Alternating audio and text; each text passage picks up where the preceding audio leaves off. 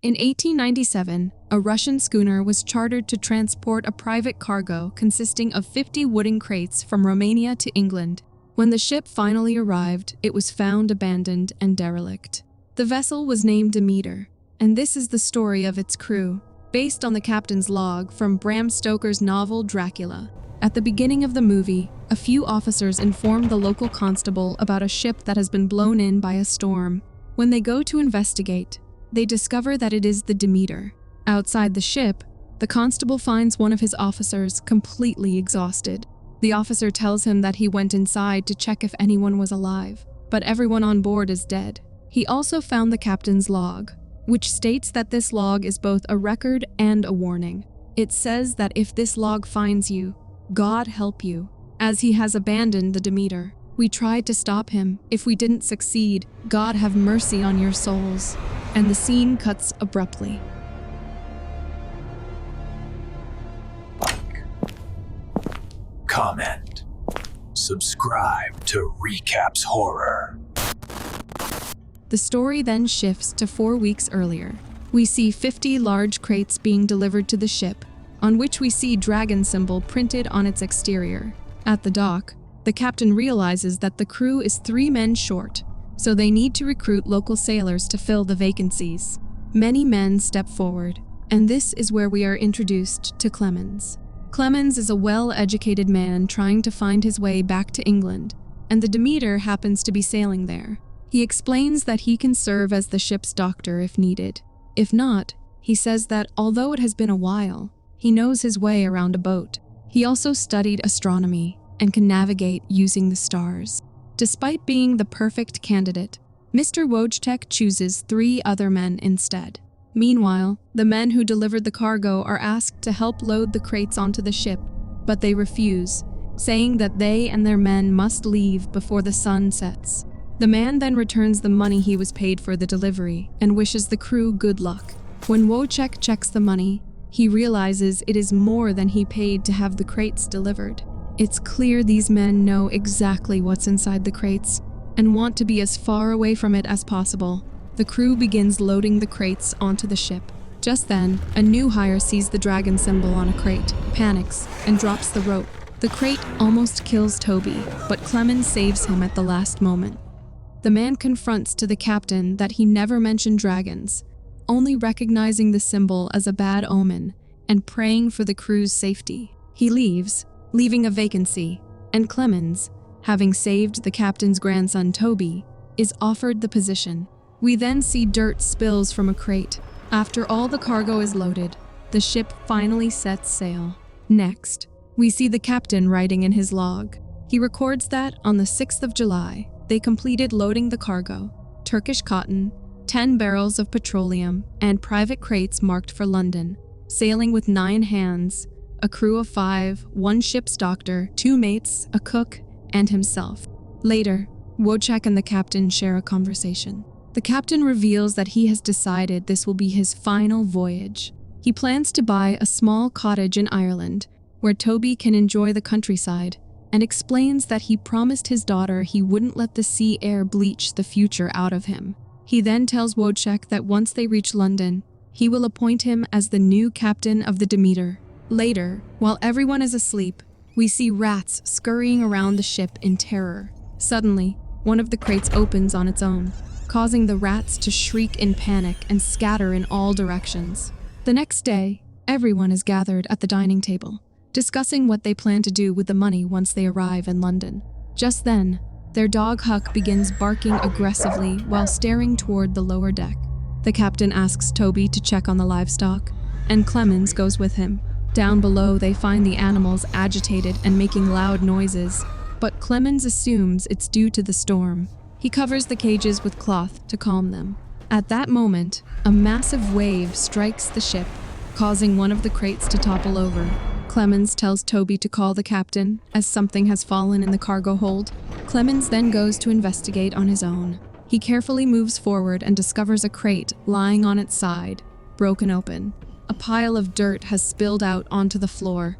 As Clemens steps closer to examine it, a woman suddenly emerges from the dirt, startling him. She appears badly injured, and he immediately takes her away for treatment. Wojciech claims she is a stowaway and insists they should not help her. But Clemens argues otherwise. Upon examining her, Clemens realizes she needs a blood transfusion, as her body is severely infected. He attempts the transfusion in an effort to save her life. Meanwhile, we see a creature inside the crate as its lid slowly opens on its own, and a creature comes out of it. At the same time, Wojciech declares that he intends to kill the woman, but the captain refuses, saying he will not allow his final voyage aboard the Demeter to be stained by the death of a young woman. Later that night, the crew member Olgarin is on watch when Clemens comes out for his turn. Before leaving, Olgarin tells him to call if he needs help. Olgarin scans the surroundings with his telescope and warns Clemens that the ship is surrounded by islands and rocks. As he turns, he briefly spots a creature, which vanishes instantly, leaving Olgarin shaken with fear. Soon after, Clemens too notices a figure standing in the dark. He assumes it's Olgarin, but when he looks again, no one is there. Curious, he moves forward and knocks on the ship's structure to call out to Olgarin. After a moment, he hears a knock in response. As Clemens cautiously steps closer, Olgarin suddenly taps him from behind, startling him. Olgarin asks if Clemens saw it too. Confused, Clemens asks, "Saw what?" Olgarin replies that there is something out there. The scene cuts to Huck, who senses a presence in the distance as a shadow emerges. At first, Huck barks at it, but suddenly he begins to whimper. Just then, the creature attacks him. Hearing the noise, the cook, Joseph, goes to investigate and discovers Huck brutally mutilated. He immediately checks the livestock and finds that every animal has been slaughtered, clearly attacked by something. Later, the captain declares that whoever is responsible should step forward at once. One of the crew members, Petrovsky, blames the woman, but Clemens defends her. Unable to determine what really happened, the crew speculates that it may have been rabies. The captain asks Clemens whether a human can contract it. Clemens explains that rabies cannot spread to humans unless they are bitten, and the captain orders the dead animals to be disposed of. After the captain leaves, Petrovsky insists it was not rabies, and again accuses both the woman and Clemens. Just then, Olgarin speaks up, saying that no man could have done this. Evil itself is on board. We then see the woman regain consciousness. Her name is Anna. As she wakes, the creature senses it and whispers her name. Next morning, Toby is seen crying alone. Clemens approaches to comfort him, and Toby tells him that he promised the captain it was his responsibility to look after the livestock. Clemens gently explains that in life, things sometimes go wrong, no matter how sincere our promises are. There are forces in the world we cannot control, but all we can do is try our best. The captain then makes another entry in his log. It is the 16th of July. The weather has been rough for the past 3 days, keeping all hands busy with the sails.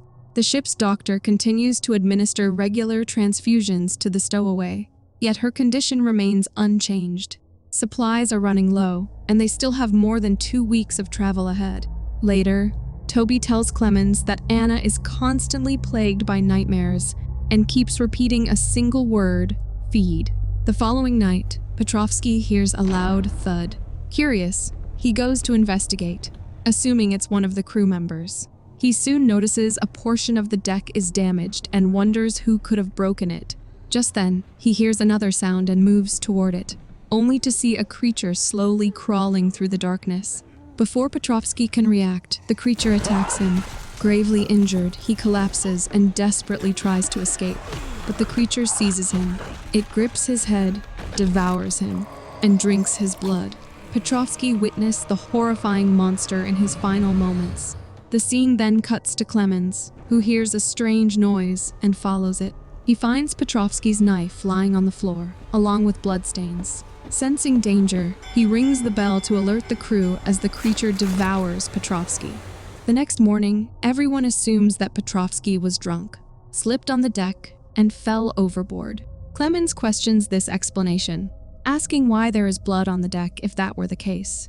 As the crew continues to argue, Anna suddenly appears and declares he is here. She insists they must abandon the ship, warning that otherwise he will kill them all. Clemens calms her down while the captain makes another entry in his log. He writes that the men reported Petrovsky missing in the morning, and that he ordered a thorough search of the ship, especially after Olgarin confided that he had seen something strange on previous nights.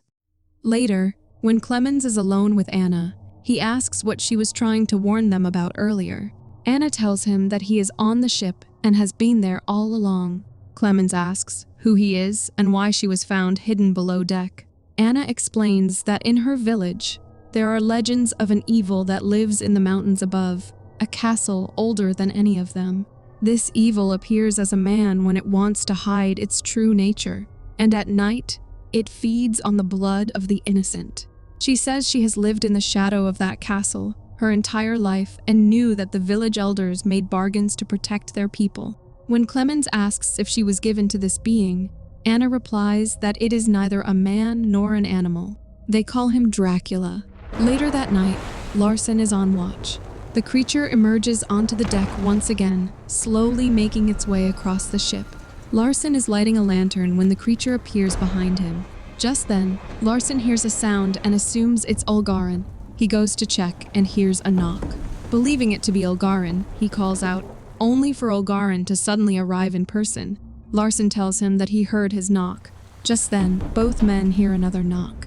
Alarmed, Larsen and Olgarin draw their knives and begin searching the deck. Suddenly, Dracula drops down onto Larsen, viciously attacking him. He smashes Larsen's face into the wooden boards repeatedly, before turning his attention toward Olgarin. Terrified, Olgarin pleads, "Please, no," and runs toward the ropes, desperately trying to climb away. Dracula follows him, mockingly repeating "please, no," with a sinister smile. At that moment, a violent storm strikes the ship, causing it to tilt dangerously. The crew rushes to control the helm, and Wojciech demands to know where Larsen is. As they search for him, blood suddenly begins dripping onto Toby. When Toby and Clemens look up, they see Olgarin's badly injured body hanging above them. Olgarin is brought down, and the crew questions him about Larsen, but he suddenly begins screaming uncontrollably. The captain later records in his log that it is the 24th of July. A sense of doom hangs over the ship. Already one man short, another man has been lost, and one more injured during the night. The injuries are strange, and the crew is gripped by panic and fear. They have now been 18 days at sea. Later, Clemens informs the crew that Olgarin is making noises and moving, but his eyes are not opening, as if he cannot wake from some terrible dream. He points out marks on Olgarin's neck that resemble bite wounds, identical to those found on the animals earlier. Wojciech asks if it could be some kind of devil, but Clemens denies it, saying that whatever it is, it's already on board. The captain orders every watch to be doubled, with armed men on duty, and commands a thorough search of the ship. The search begins, but nothing is found. Meanwhile, the captain assigns Toby a task and instructs him to lock the door behind him. As Toby does so, Olgarin suddenly begins thrashing against his restraints, screaming as if in a seizure. At the same time, eerie sounds echo from Dracula's crate. The crate's lid opens, and Olgarin's eyes snap open as well, now milky white. Hearing the noises, Toby steps out of the captain's quarters to investigate. He soon encounters Olgarin shambling toward him. Noticing Olgarin's demonic eyes, Toby tries to run, but Olgarin grabs him. Toby manages to break free and rushes back into the captain's quarters, locking the door. Terrified, Toby hears Olgarin growling, but after a moment, everything falls silent. Suddenly, a loud bang echoes from the door. It's Olgarin is smashing his head against it, and with a final, violent hit, he breaks it down. The other crew members hear a noise, and Clemens follows it, and we see it's Toby signaling for help. Olgarin tries to reach the lock but falls short. Clemens approaches from behind, and Olgarin slowly turns his head and suddenly attacks him. Wojciech arrives just in time to restrain Olgarin. The captain orders Toby to open the door, but inside, Toby sees the creature crouched in a corner. It rises and vanishes. As the crew urges Toby to open the door, they glimpse the creature inside. It lunges as the others pound to get in. Toby looks up. Dracula crawls toward him, seizes him, and sinks its fangs into his neck, and drinks his blood. At that moment, Anna shoots the door lock. and the crew bursts in to find Toby lying on the floor, a deep bite marking his neck. Later, we see that Toby has survived the attack and is receiving a blood transfusion to keep the infection at bay. The captain records in his log, August 1st, "We must have passed the Strait of Dover. Still 5 days to London. God seems to have deserted us, and we are drifting towards some terrible doom." Early the next morning, Olgarin is tied up on deck. He looks possessed. Clemens suggests it might be a poison or infection. Suddenly, Olgarin speaks.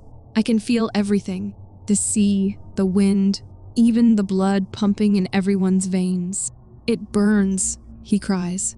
Clemens thinks he needs water. But as the sun rises, its light strikes Olgarin's body. He screams as his skin begins to blister and burn. His entire body bursts into flames, yet he remains conscious, screaming in agony in front of everyone. Finally, Wojciech shoots him to end his suffering, leaving the crew in shocked silence. Shaken, the crew gathers, discussing the horrors unfolding on the ship. Joseph fears Toby may be next, Satan's black blood pumping corruption through his veins. Wojciech angrily silences him and sends him away. Clemens warns that whatever infected Olgarin could now be in Toby. He shows all the same symptoms. Wojciech asks, why blood transfusions, like the ones used for Anna, can't help Toby? Clemens explains that Toby is weaker, the wound larger, and the blood loss far greater. That night, Clemens decides to search for the creature. Anna insists on going with him, saying the demon needs to feed because Clemens saved her. Clemens warns that this creature has already killed most of the crew. Anna retorts, "Then imagine what it will do if we let it reach London." Reluctantly, Clemens agrees to take her along and asks if bullets could kill it. She says, "He has controlled my village for generations. I have no idea how to kill him." Clemens then examines the shipping papers to see where the cargo is destined. He discovers that the crates are consigned for Carfax Abbey in London, but no recipient's name is listed. They head to the cargo hold and begin inspecting the crates. Most contain only dust. Finally, they find a crate with a metallic dragon emblem, its locking mechanism unlike any of the others. Anna readies her gun as Clemens pushes the lid open. Inside, they find only dirt, insects, and a cane topped with a wolf's head. Anna says, "This is where the devil sleeps." Meanwhile, Abrams is standing watch when Joseph suddenly attacks him. Joseph is a deeply religious man and is convinced that they are doomed because of the sinners among the crew. He takes one of the lifeboats and sails away from the Demeter. However, after going a short distance, he begins to sense the presence of the demon around him. Terrified, he looks around as demonic whispers echo from all sides. Suddenly, the demon comes flying in, perches on his boat, smiles, and the scene cuts. Back on the ship, the crew discovers that a lifeboat is missing. Moments later, Wojciech notices the empty lifeboat drifting back toward the ship, stained with blood, with Joseph's Bible lying inside. The next day, the captain informs everyone that Toby is dead. Clemens later tells him that Toby's body has been wrapped. The captain declares that they are a doomed crew on a doomed ship, no longer plotting their own course. The devil below does, and they all know where he plans to deliver them, to hell. They prepare to commit Toby's body to the sea when Captain suddenly stops them, claiming he saw Toby move. Clemens tries to reassure him, saying Toby has no heartbeat and is truly gone. However, the captain insists, walks over, and tears open the white cloth wrapped around Toby. Toby lies still until his eyes snap open, glowing demonic. He grabs the captain. Sunlight ignites Toby as he clings to the captain, burning his head and hands. Abrams pulls the captain free while Clemens hurls Toby into the sea, where his charred body sinks into the depth. Later, Clemens and Wojciech are seen talking. Clemens reveals that he was one of the first black doctors to graduate from Cambridge with a medical degree. He says he applied to all the best hospitals in the country, but was immediately told there were no available positions. He fought tooth and nail for his education, yet no one would allow him to practice medicine. Eventually, he was offered a position by post as the royal physician to King Carol, I of Romania. His name had somehow reached them, but it seemed the color of his skin had not. Clemens says that the captain once asked him over dinner what he desired most. He replied that he wanted the world to make sense. He adds that he needs this beast to make sense as well, to understand why it is the way it is, and why it does what it does. And then, he says, he will remind the creature that, like the world, it has absolutely no hold over him. Wojciech asks, and then? Clemens answers, then I want to kill it. Next, the remaining crew plans to kill the devil when Clemens has a realization it used Anna only as food until they reached open water. Once past the point of no return, it began killing the crew. Now, just a day from London, the devil no longer needs them to sail the ship. He says that before it kills them all, they must kill it before it reaches the coast. Anna suggests sinking the ship with the devil still on board. Clemens supports her idea, proposing that they set up an ambush, trap the demon on the sinking ship, and escape using one of the lifeboats. Hearing this, Wojciech initially refuses, saying the ship is his home. Clemens tells him that he grew up on a boat. His father was a deckhand, and he always said that the living part of a ship is its crew, the men, their stories, and their bond. Everything else is just timber and nails. With a heavy heart, Wojciech agrees, declaring the Demeter his and vowing to sink it himself. They plan to barricade the hold, forcing the demon onto the deck. As night falls, Anna stays at the helm as bait, while the others wait in the crow's nest. Once it emerges, they'll strike, then sink the ship and send the wounded beast to a watery grave. Clemens goes to inform the captain that they plan to abandon the ship and sink it with the devil on board. However, the captain begins speaking incoherently. He says the demon comes to him, whispers in his ear, and promises to bring Toby back. Clemens urges him to come to his senses. At that moment, the captain points a gun at Clemens, but Anna steps in. She tells the captain that she, too, has visions of the devil. Sometimes, in her dreams, she remembers who she was before him, but more often, she remembers the box the demon kept her in. She describes how every time he came for her, he tore into her flesh and drank his fill, dirt seeping into the fresh wounds and filling her body. She says the demon takes what is good and what you love, twists it, and rots it from within. She begs the captain not to let the demon do that to Toby's memory. She then hands him Toby's cross necklace. The captain breaks down in tears and says he will sail the ship out to sea. When he finally goes down with it, the monster will never be able to reach the home he knew. The home Toby knew. Clemens tells him there is no need for him to stay aboard the Demeter, but the captain asks quietly, "Where would I go?" Later that night, Abrams and Wojciech wait in the crow's nest for the devil to appear. Clemens hides on the deck and tells Anna that she does not need to be there, that she can stay below with the captain. Anna refuses, saying she and the devil are connected. She can sense him, feel him, and he feels her too. He will come for her, and while his focus is on her, Clemens will know what to do. The crew stands armed with guns along the side of the ship, waiting for the devil. A thick mist slowly creeps onto the deck. Suddenly, the demon comes flying in, grabs the safety rope Abrams has tied, yanks him off the platform, and kills him mid-air. The demon continues circling above them as Wojciech tries to climb down the rope ladder. He stops halfway, sensing the demon's presence. The creature attacks without warning, knocking Wojciech off the ladder. He crashes through the hold, badly breaking his leg. In pain, he orders Clemens to get the lifeboat ready. Wojciech manages to get back on his feet, with the demon close behind him. Just in time, he locks himself behind a door. Clemens realizes the ship is nearing the shore and that they must kill the devil before it reaches land.